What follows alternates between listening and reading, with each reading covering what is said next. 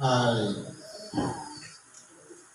sa pangalan po ng dakilang Panginoong Kristo, isang mapagpalang hapon po sa bawat isa. Dito po tayo sa pagpapatuloy ng gawain kung saan meron po tayo mga itinatang aralin upang pagkati-hatian natin ngayong araw na ito na maging isang gabay sa ating ang araw-araw na pamumuhay. Ang una pong aralin ayon sa Ebanghelyo ng Apostol San Mateo sa Kapitulo 5, versikulo 1 hanggang sa 12. Ito po ay palagi ng pinagkakaloob para magbisitas yung tinatawag na Nueve Verdes. Sabi dito, at pagkakita sa mga karamihan ay umawan siya sa mundo at pagkaupo niya ay nagsilapit sa kanya ang kanyang mga alagad. Kumbaga, ito po ang senaryo nito. Ito po ay isang pangyayari na kung saan ang ating dakilang Panginoon ay nangangaral ng salita ng Diyos. At, kumbaga, meron siyang taksa o tema na una nang nakapaligid sa kanya ang kanyang mga alagad. At maliban doon, meron pang karamihan ng mga tao na handa rin makinig at unawain kung sa ganon ang salita ng Diyos na kanilang napapakinggan, ito ay magsilbing gabay sa pag-araw-araw na pamumuhay. Sabi dito, at binuksan niya kanyang bibig at tinuruan sila na sinasabi, mapalad ang mga mapagpakumbabang loob sapagkat kanila ang kaharian ng langit. Kung mapapansin natin, sa bawat bagay na nangyayari, meron siyang sagot. Para madali natin maunawaan, sabi dito, kanila ang kaharian ng langit.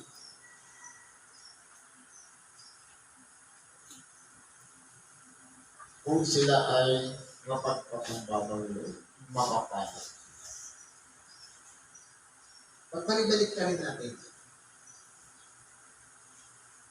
Para maranasan natin na pinagaharian tayo ng langit, ng Diyos, ng buhay, ang susi po dyan, kapakumbagaan.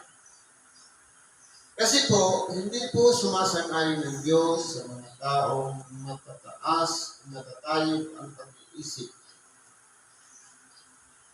Pero doon sa mga taong isinusuko ang kanilang sarili, ipinalalagay ang kanilang sarili sa mababang kalagayan, doon po naghahari ang Diyos. Sa magkatuwid, kung kailan ang isang tao isinusuko ang kanyang buhay, ang kanyang pagkatao, doon naman may puwang ang Diyos o ang isang tao na dapat pagharian ng langit. Ang isang tao, meron siyang ipinagkaloob na pag-iisip. Meron siyang kamalayan. Meron siyang hangarin. Meron siyang nasa. Pero kapag iyan ay lahat isinuko natin at hindi na naig ang sarili nating pag-iisip, meron pong pagkataon na ang Diyos ang naghahari sa ating buhay. Kasi po, ang pagsuko, para bang yung pinalalagay natin, halimbawa, meron tayong pag-iisip. Pwede tayong mag-desisyon. Pwede tayong buwa o mag-isip ng ano pa man na bagay. Pero kapag yan po ay sinurrender natin sa Diyos, kumbaga, ipinauubayan natin sa Kanya ang lahat ng bagay na siya yung gumawa o kumilos ng ating mga buhay. At tinatawag na pagsuko. Kasi po, yung sarili nating mithi, yung sarili nating hangarin, sarili nating mga tinatawag na nasa kagustuhan. Kapag yan po ang nananaig, wala pong puwang dyan na pagharian tayo sa ating puso ng langit. Kasi po, tayo yung nagtamasya, tayo yung nagdedesisyon, tayo yung nasusunod. Pero, kung tayo po ay handang sumuko, na pagbibigyan natin ang Diyos na siyang manguna at maghari sa ating buhay.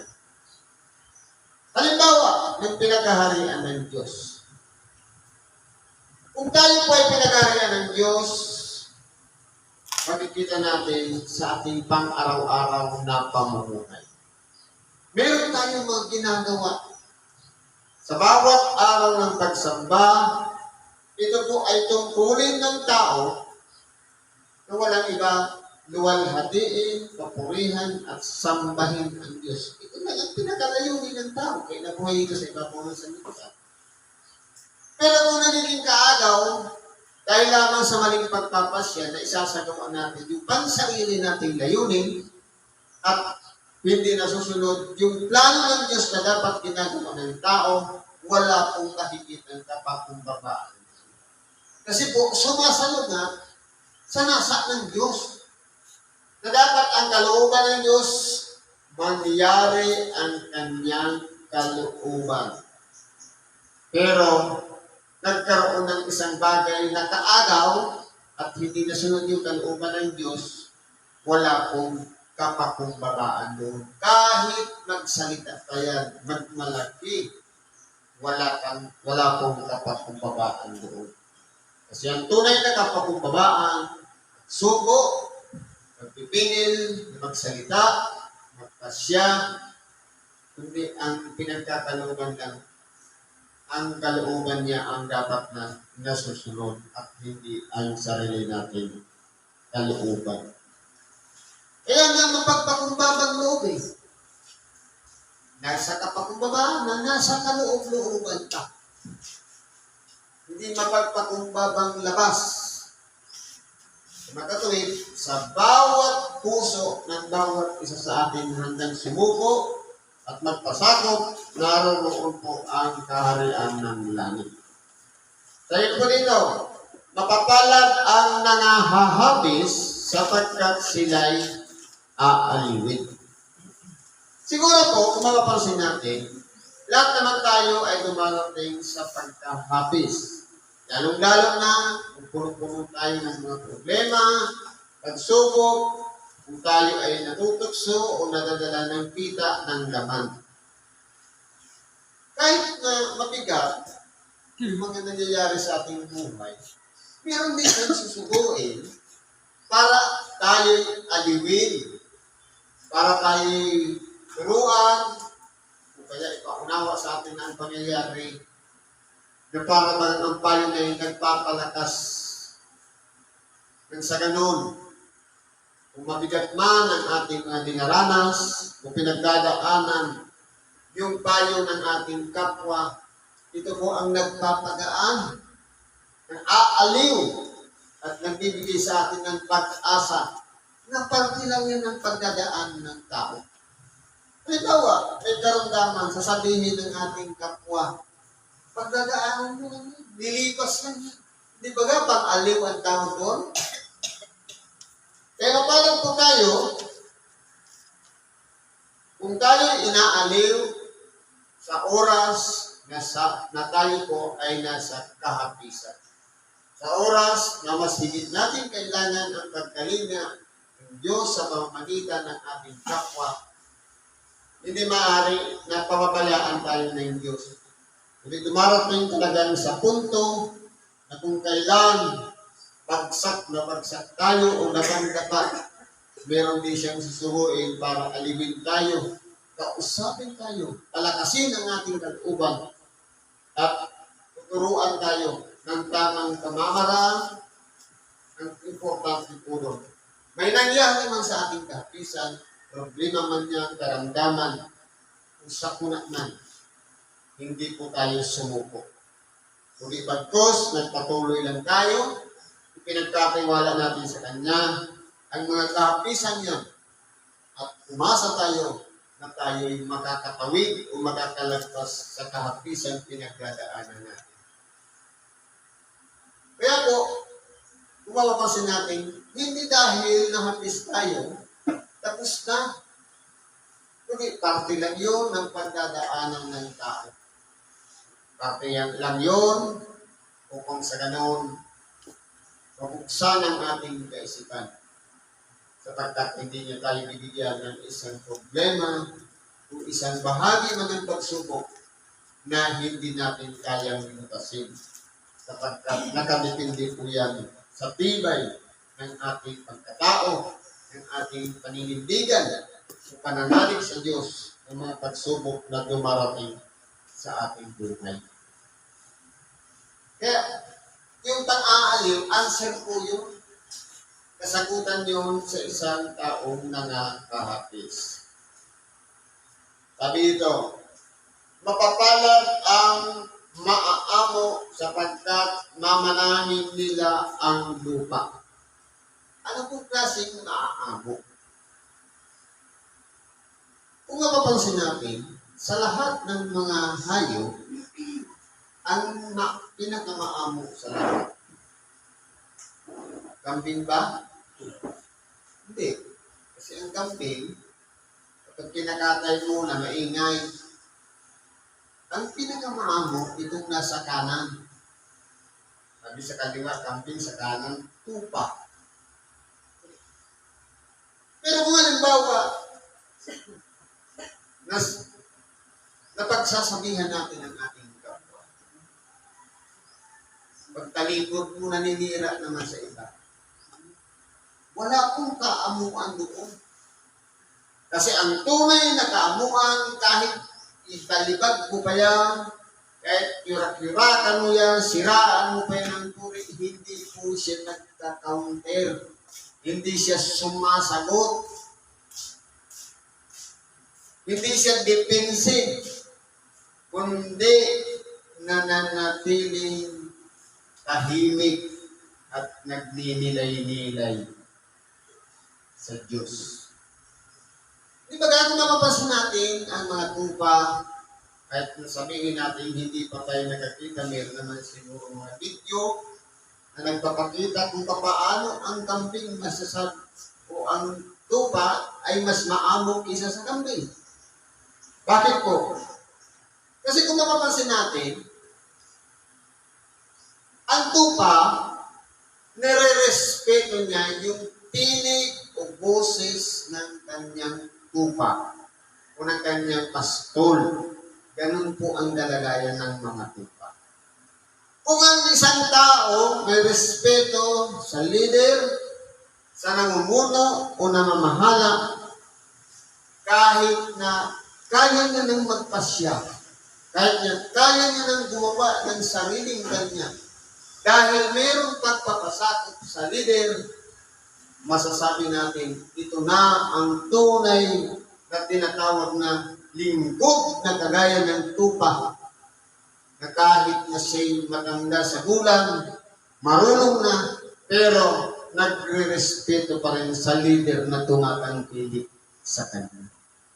Kasi po ang kaamuan, isa po yan na bagay na dapat maging attitude ng bawat isa sa atin, na walang iba, meron tayong pagpapahalaga sa leadership, sa nangunguna sa atin. Pero kung halimbawa, palaban, palaaway sa leader, wala pong kaamuan doon. Kasi po ang mangyayari po niyan, para siyang fighter na katulad ng kambing na reklamador. na walang iba, puro tutol, puro kontra, puro reklamo sa leadership. Kasi kung mapapansin natin, hindi naman siguro ilalagay yung leader dyan para ipahamak ang buong kawan. Hindi. Kaya kailangan din isaalang-alang ng mga tupa ang pagpapahalaga ng isang pastol upang kung dumating man ang lubo, dumating man ang mga pagsubok, lalong-lalo na involved ang bawat isa sa atin, handa kong isakripisyo ng tunay na pastol ang kanyang sarili upang sa ganong ipagtanggol ang kanyang mga tupang nasasakupan. Ano pa tungkulin ng pastol? Siyempre, ang tupa naman, may tungkulin din na dapat handang sumunod. Ang isang tao, kapatiran man na handang sumunod at magpasakop na hindi nagre-reklamo, sila po yung tinatawag na mapapalad na mga maaamo. Ano pa sabi dito? Mamanahin nila ang lupa. Ano kung mamanahin? Dahil lamang sa kaamuan.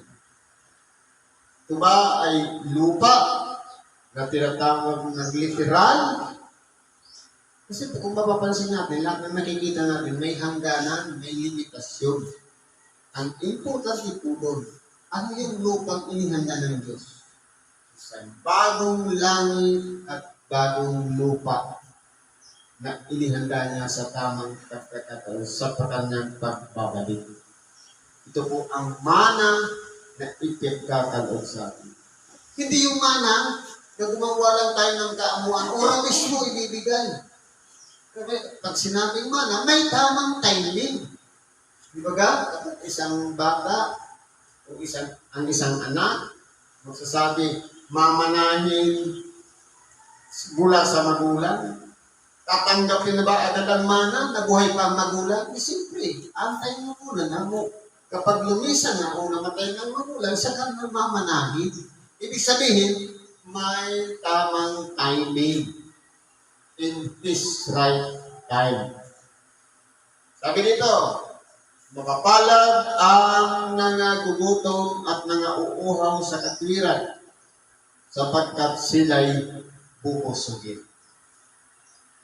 Ngayon, mapapansin natin, ano po ba pagkagutom o pagkauhaw ang kinakailangan natin maunawaan para tayo tawagin isang mapapalad? Ngayon, gutom sa pagkain spiritual. Kung tayo man po kahit kailan hindi nakarinig ng salita ng Diyos, may tamang panahon na itatakda ang Diyos na bubusugin tayo ng salita ng Diyos. Kasi po, kung mapapansin natin, para mabusog tayo, saan ba ipinangaral ang salita ng Diyos? Walang iba sa kanyang mga tinatakdang araw ng pagsamba. Nandoon ipinangangaral ang Ebanghelyo. Nandoon nangangaral ang kanyang mga isinugo, mga tagapagpahayag, pastor, evangelista, na nagtuturo at nagbibigay ng pagpapaliwanag tungkol sa aral ng salita ng Diyos. At ito po ang nagtuturo sa atin upang ibuhos ang kapangyarihan ng Espiritu Santo nang sa ganon, masumpuan natin yung katwiran, yung matuwid na pamumuhay at ibubuhos sa atin ng kapangyarihan ng Espiritu Santo na siyang pinakatubig upang sa ganon, tayong lahat ay makalapit sa Kanya. Ang salita ng Diyos, ito ang magtuturo sa atin upang sa ganon, magbago na tayo ng ating pagkatao, linisin na natin ang ating sariling kalooban at ipaubaya natin sa Kanya na siya ang maghari sa ating sariling kalooban. Ito na po yung pagkabusog. Kapag sulit na sulit ang Ebanghelyo na ating tinatanggap, na bawat hibla, bawat kataga o salita na ating tinatanggap ng ating mga tainga at napupustos tayo, nalilinisan ng ating pagkatao, ang ating diwa at pag-iisip ng Ebanghelyo. Mararamdaman natin, hindi yung kabusugan sa tiyan, kundi kabusugan ng pag-iisip ng kaluluwa at espiritu, sapagkat parte po ito ng ikabubuhay ng isang tao, ang salita ng Diyos. Bakit po? Sabi niya, hindi lamang sa tinapay nabubuhay ang tao, kundi sa bawat salitang lumalabas sa bibig ng Diyos. Sa mga tuwid, kung ang inaasahan lang natin pagkain material, tinutunaw, o kaya inunguya natin at tinutunaw ng ating namang loob sa tiyan at nagiging sustansya na pampalakas ng ating buhay, kinakailangan din natin ang pagkain espiritual sa makatuwid bagay, ang salita ng Diyos, na ito po ay nagbibigay sa atin ng liwanag sa pagdadaanan natin at nagtuturo sa atin upang gawin ang kabutihan sa ating kapwa sang-ayon sa kalooban ng Diyos. Ano ba sabi dito? Mapapalad ang mga mahabagin sapagkat sila'y kakahabagan. Salitang mahirap gawin ang sinasabing habag. Pero po, hindi mangyayari sa atin na tayo'y mahahabag sa ating kapwa kung wala pong nagtutulak sa atin o nagtuturo para gawin yung habag sa kapwa. Kasi yun po ay resulta lang o bunga ng kaligtasan tinanggap natin. Resulta na lang ito ng pagtanggap natin ng aral ng salita ng Diyos. Resulta na lang ito kapag naaantig ang ating puso at nakikita natin ang pangangailangan ng ating kapwa at ibinuhos natin sa pamamagitan ng puso na walang iba, yung awa at habag para sa kanila'y tinupad natin yung kanilang pangangailangan. Kung tayo po'y nagbigay, nagkaloob para sa kanila. Limos man yan, payo, o antong bagay, sa oras na kailangan ng ating kapwa, habang na po yan umiiral sa atin. At darating naman ang panahon, sa oras na tayo naman ay mga may pangangailangan, kahahabagan din tayo. Sa mga tuwid, hindi po binabaliwala ng Diyos ang anumang bagay na ginawa natin mabuti sa ating kapwa kahit maliit man yan o malaki. Kundi nakarecord po yan sapagkat hindi po magagawa ng isang taong pangkaraniwan ang mahabag sa kapwa unless otherwise merong pusong busila na siyang handang magdamay at sumunod sa kalooban ng Diyos. Kaya po kung mapapansin natin, mga kapatid, may mga tao na nakikita niyo yung kapwa na isang kahabag-habag. Naisip niya na pwede siyang maglimos. Pero kinukontrol ang sarili dahil minsan nauunahan ng desisyon, kaya parang pinahatulan agad. Hindi ko naman bibigyan yan. Kasi pambibili lang naman yan ng yosi. Pambibili ng inumin. Na nakalalasin. Kung baga nauuna yung paghatol, wala pong kabusilakan ang puso noon. Sapagkat pinanghihinayangan niya yung ibibigay. Ang tunay na mahabagin, walang iba, walang kondisyon. Hindi sa pilitan, kundi may pagkukusa. Walang iba, nasusunod yung laman ng puso at hindi yung laman ng utak. Nagpapasya na magbigay at tumulong sa kapwa ayon sa laman ng puso. Yan po ay isang attitude o ugali ng isang tao na tutulungan na sana ng dalawang isip pa. Sabi nga, sa nakakaalam na ng paggawa ng mabuti at ito'y hindi ginagawa, ito'y kasalanan sa kanya. Nakakita tayo ng isang pulumi, isang namamalimos, o isang kahabag-habag na tao. Meron naman sana tayong gagawin kabutihan para sa kanila. Pero pinipigilan tayo at hindi natin ginagawa para magandang nangyayari yan. Mabuti na sana yung gagawin. Pagkakataon sana natin yung gawin yun. Pero hindi natin ginawa. Meron na po tayong pagkakasala sa ating sarili. Ano ba sabi dito? Mapapalad ang may malinis na puso sapagkat makikita nila ang Diyos. Ito po ba'y ritual na makikita mismo ng ating mga mata sa oras na malinis ang ating puso? Hindi po. Kundi sa isang taong handang humingi ng tawad at maglinis ng kanyang sariling kalooban, makikita nila ang Diyos. Paano? Sabi niya, ang Diyos ay pag-ibig. Makikita natin na yung pag-ibig na ipinakikita natin sa ating kapwa, ito na po yung resulta na tayo ay may malinis na puso. Nalinisan yan sa paanong paraan? Sa paghingi ng tawad. Ngayon tayo, isinasama natin sa ating pagsamo at dalangin ang paghingi ng tawad. At kapag malinis ang ating kalooban, nararamdaman natin lahat ng ating pagpapasya, lahat ng ating ginagawa para sa ating kapwa, ito po ay bunga na ng pag-ibig.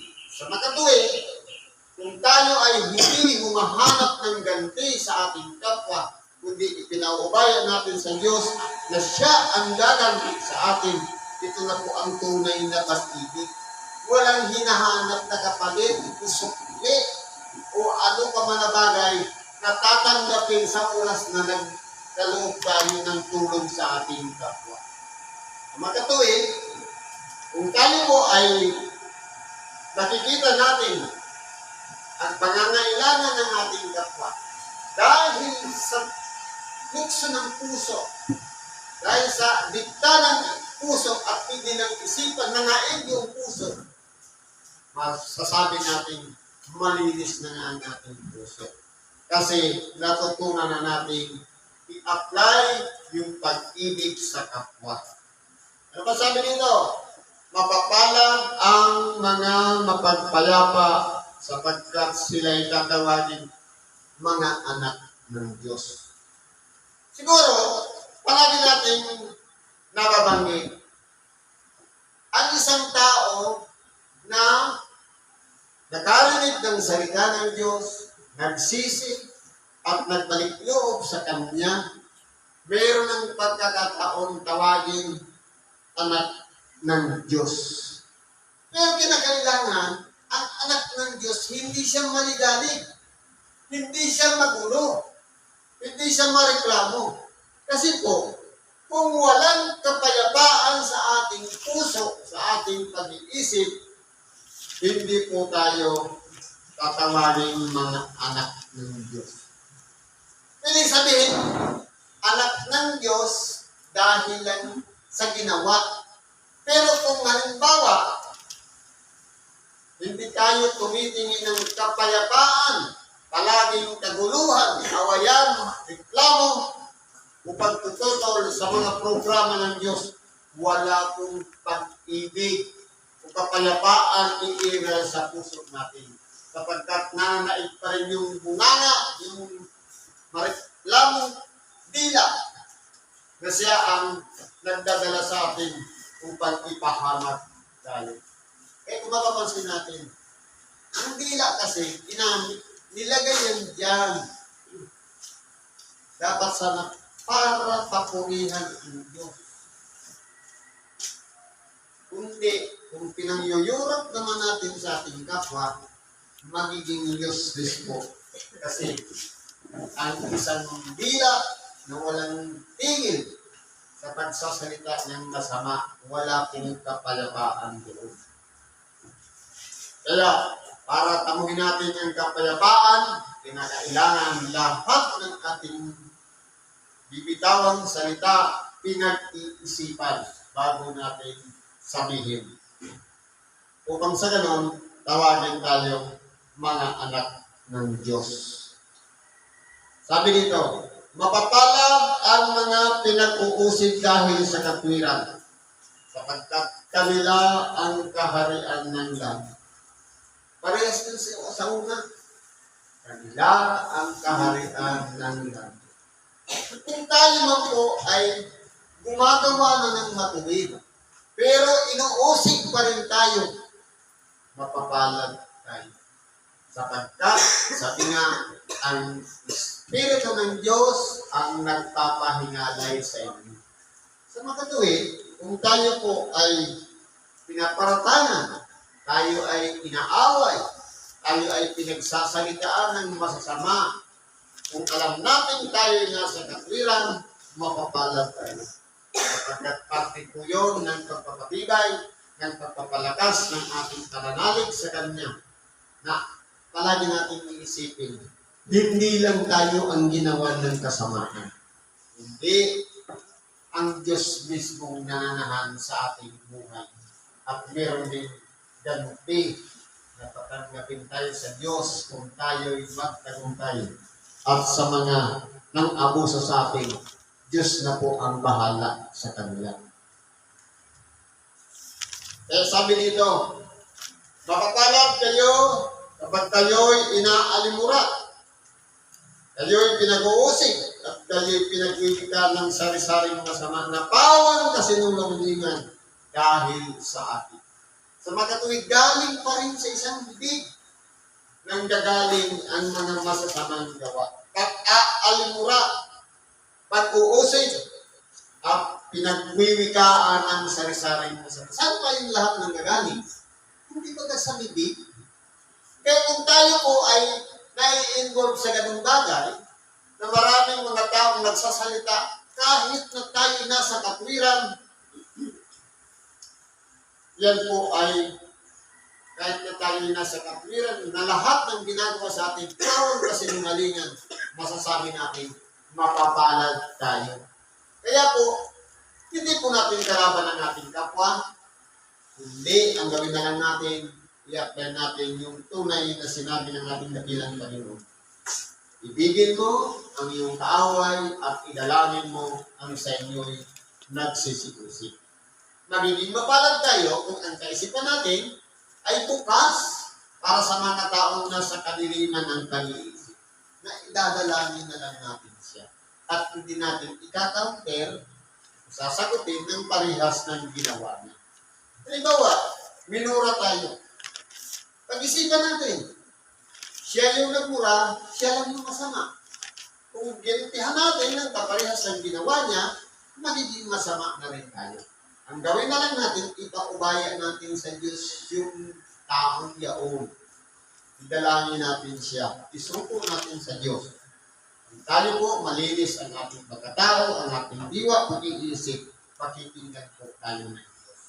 At tayo po ay tutulungan niya na pakinggan ang ating nagsamot dalangin at may gagawin siyang pamamaraan para mamuhin ang taong Diyos sang-ayon sa kanyang kalooban. Kasi hindi naman pwedeng kausapin mo kasi sa iyo nga galit eh. Gagawa naman siya ng isang taong susubuin niya para maglinaw ang pag-iisip ng taong niya. Kaya po, dahil sa bibig pa rin, napapasama ang isang tao.